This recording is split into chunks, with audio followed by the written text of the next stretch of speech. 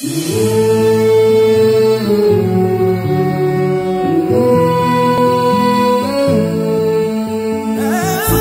है तेलंगाना, देश की धड़कन तेलंगाना, जिसने हमको टिमरीज दिया, दिल से उसको चाहेंगे।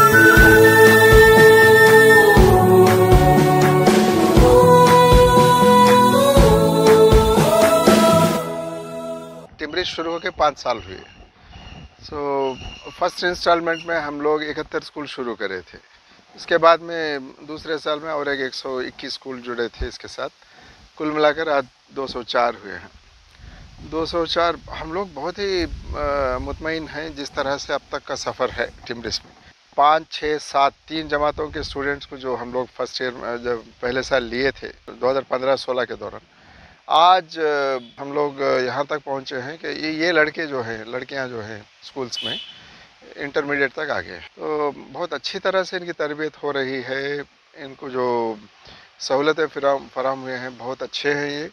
और सिर्फ एक ही प्रॉब्लम यह था कि गुज़िश्ता साल और अब कोविड की वजह से क्लासेस, डायरेक्ट क्लासेस की जगह सिर्फ ऑनलाइन क्लासेस हो रहे हैं। अब ये टेम्परेरी फेज़ है, इससे उभर कर बाहर निकलेंगे। और इससे पहले टिमरीज जिस तरह से हॉस्टल्स में अक़ामती तौर पर बच्चों को इंस्टीट्यूशंस में रख के हम लोग क्लासेस चला रहे थे, वो इंशाल्लाह हो सकता है ये एकेडमिक ईयर के चंद महीने के बाद भी, जून में नहीं हो पाएगा शायद, मगर कहीं ना कहीं अगस्त, सितंबर, अक्टूबर जैसा सिचुएशन में बेहतरी आती है जब से हम लोग कर सकते हैं इसको। तो अब तक जो सफ़र रहा है टिमरीज का बहुत ही अच्छा रहा है। मैं इसके बुनियाद पर यकीनन कह सकता हूँ कि इंशाल्लाह बहुत ही अच्छा फ्यूचर है इंस्टीट्यूशन का। और यहाँ से जो तलबा पढ़कर बाहर निकलेंगे उनका फ्यूचर भी बहुत ही अच्छा रहेगा। हमारा देखिए 3 तरह के मंसूबे थे हमारे पास। एक 10 साल का था, एक 5 साल का, एक 3 साल का। 3 साल का मंसूबा ये था कि जितने भी हमारे पास सीट्स हैं हर एक इदारे में, ये सब 100% इसको फुल करना चाहिए। और सबसे इम्पॉर्टेंट चीज़, अहम चीज़ ये होती है एजुकेशन इंस्टीट्यूशंस में क्वालिटी ऑफ टीचर्स। अच्छे से अच्छे टीचर्स को हम लोग यहाँ मुरखित करना है। तो वो 3 साल का एक प्लान था हमारा, उसको हम लोग माशाल्लाह हासिल कर लिए हैं।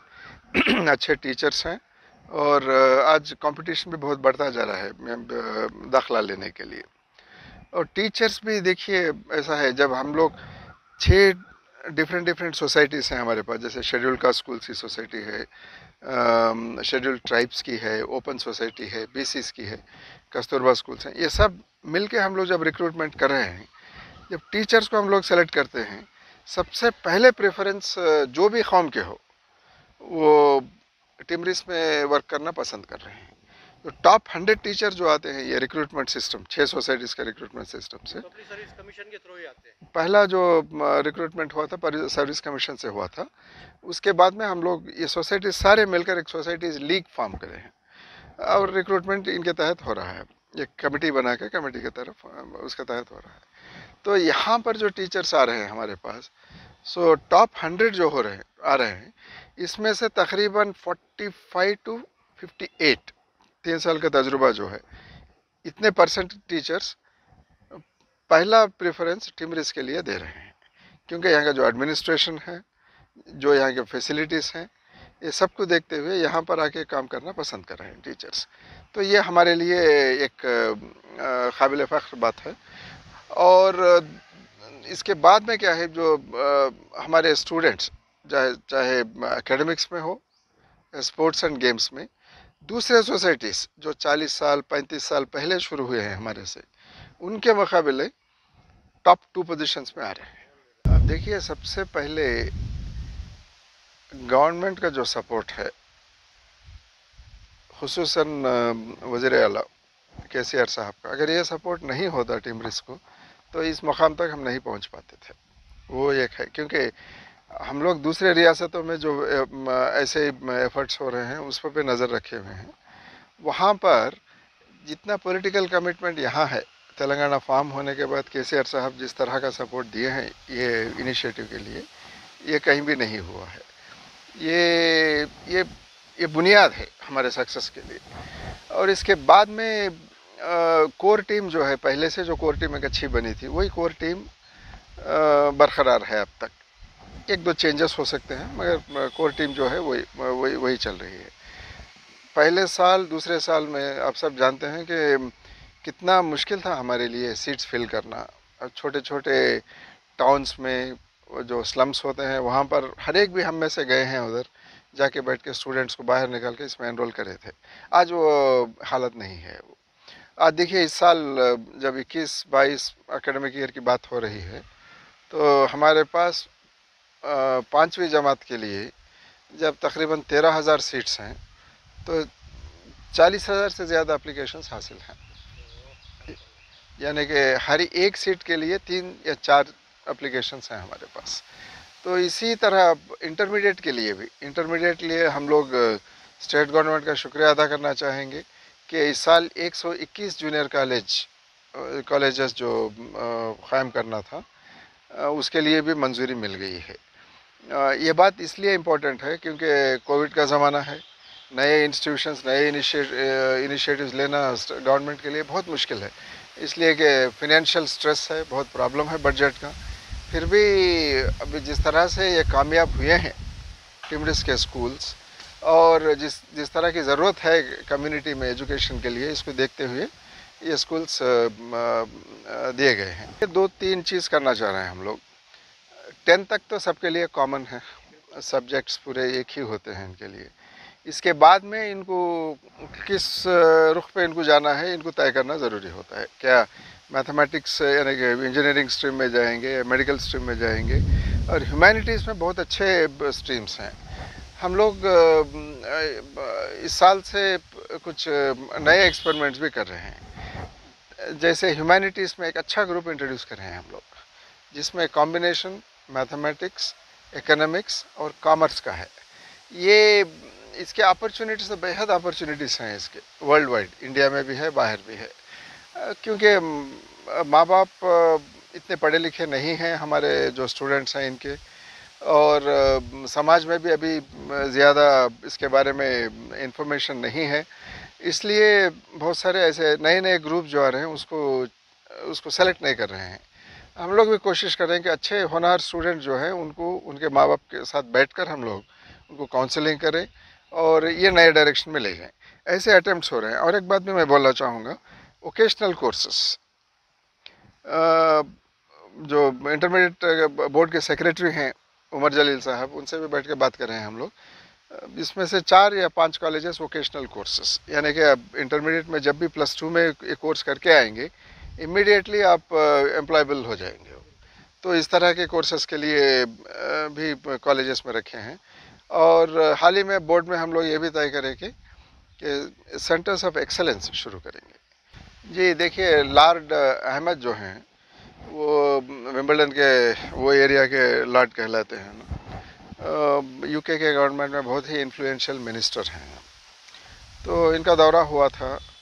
दिल्ली के बाद वो कहीं गए थे तो सिर्फ हैदराबाद आए थे, और बाहर के इदारे कुछ देखे तो सिर्फ टिमरिस के जो इदारे हैं इसके बारे में जानना चाह रहे थे, और हमारे साथ भी इंटरेक्शन हुआ इनका। जो हम लोग गुज़िश्ता 5 साल के दौरान जो काम हुआ है इसका पूरे तफसीलात लेने के बाद में इतना मुतमईन हुए। ये हम लोग लास्ट में कुछ एक्सचेंज प्रोग्राम्स के लिए जब पूछे तो एक ही बात बोले वो, मैं ये जो आप तेलंगाना में ये काम कर रहे हैं, ऐसा मिसाल तो कहीं नहीं मिला हमें, इंशाल्लाह ज़रूर करेंगे। हम लोग जो 3 इनको प्रपोजल्स दिए थे, नंबर 1 प्रपोजल ये था कि इंटरमीडिएट या 10th के जो सीनियर लेवल्स में होते हैं हमारे स्टूडेंट्स, खासकर गर्ल्स स्टूडेंट्स, इनको यूके एक्सचेंज प्रोग्राम के तहत बुलाया जाए।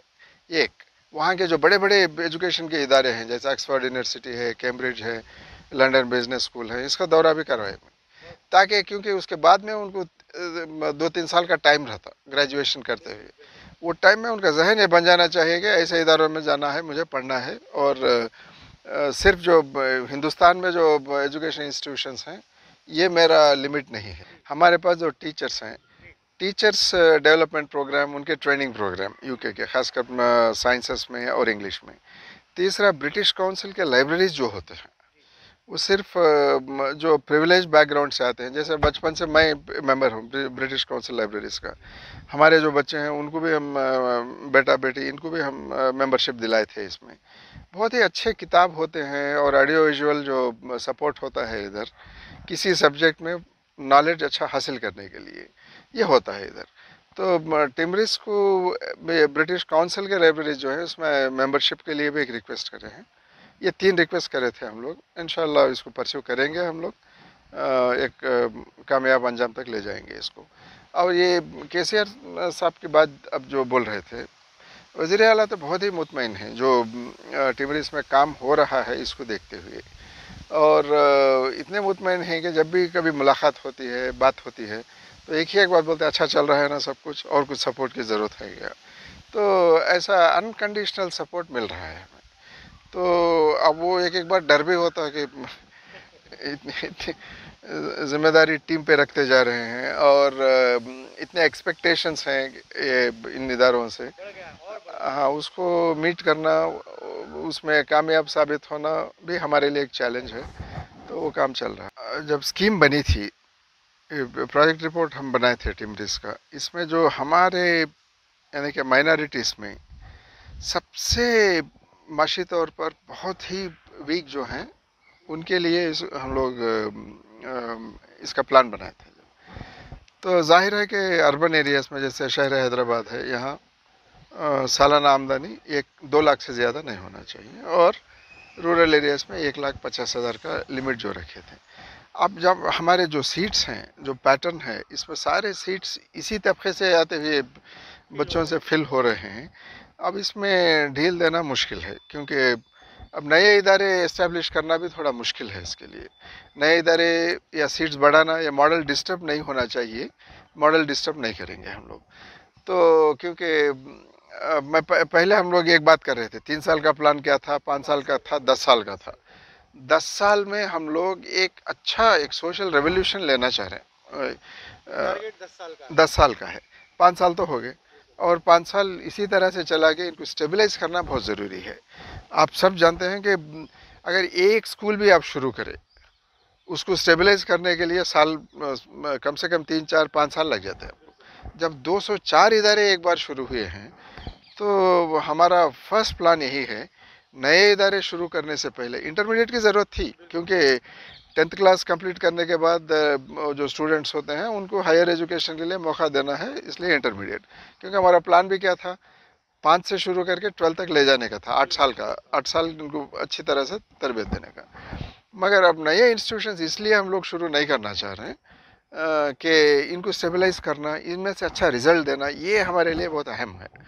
और सिर्फ एकेडमिक स्पोर्ट्स का ही नहीं है, बहुत सारे दूसरे फील्ड्स में है, एक्स्ट्रा करिकुलर एक्टिविटीज़ हो या वर्ल्ड में जो हो रहा है उसका एक्सपोजर, जनरल नॉलेज में, आर्टिकुलेशन में, स्पोकन इंग्लिश में, इसमें सब इनको माहिर बनाना बहुत ज़रूरी है।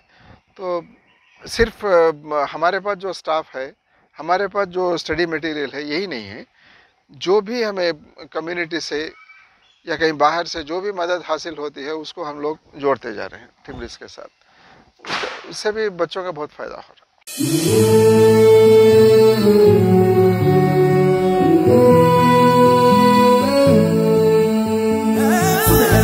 तेलंगाना देश की धड़कन तेलंगाना, जिसने हमको टिमरिस दिया दिल से उसको